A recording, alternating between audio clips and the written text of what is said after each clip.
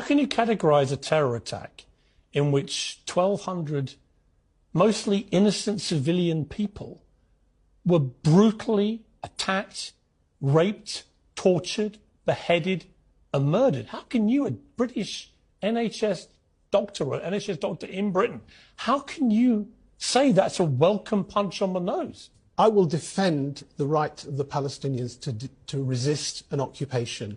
When you look at that... That's not resistance, that's terrorism. When you look at what happened on the 7th of October, as if that is the day that everything started... I didn't say that. Do you think what happened on October the 7th was a terror attack? It's a Did resistance, you say no? It's a resistance... Not a terror attack. Piers, and it's You're if... an NHS GP. If, I'm asking you to let me finish, if...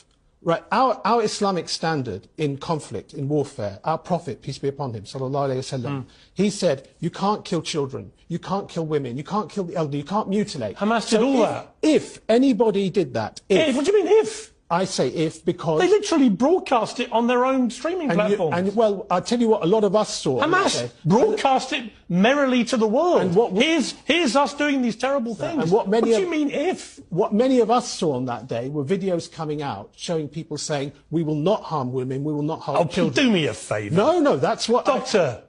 I'm saying that. Resistance is a right in Islam. It's a right in international law.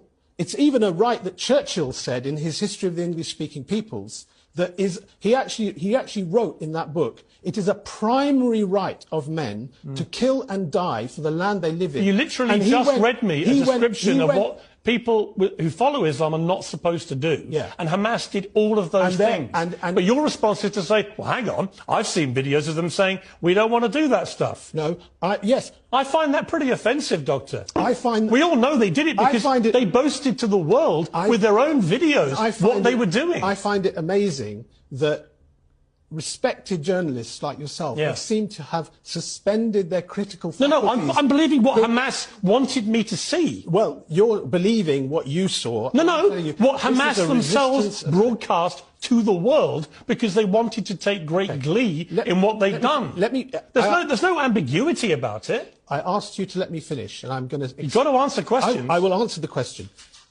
Let's agree on a principle.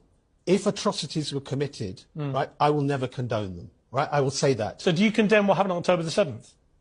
If atrocities are committed, you know who's responsible? What do you mean if? No, they were. Who's responsible for it then? So you don't condemn it? Okay. Who is responsible? Well, the Jews brought it on themselves. No, actually, I would say more than that. I would say the powers that believe that Israel should be a colony for themselves in the Middle East, they are the ones responsible. Do you know what? I'm really struggling. I've got to be honest with you. I'm really struggling.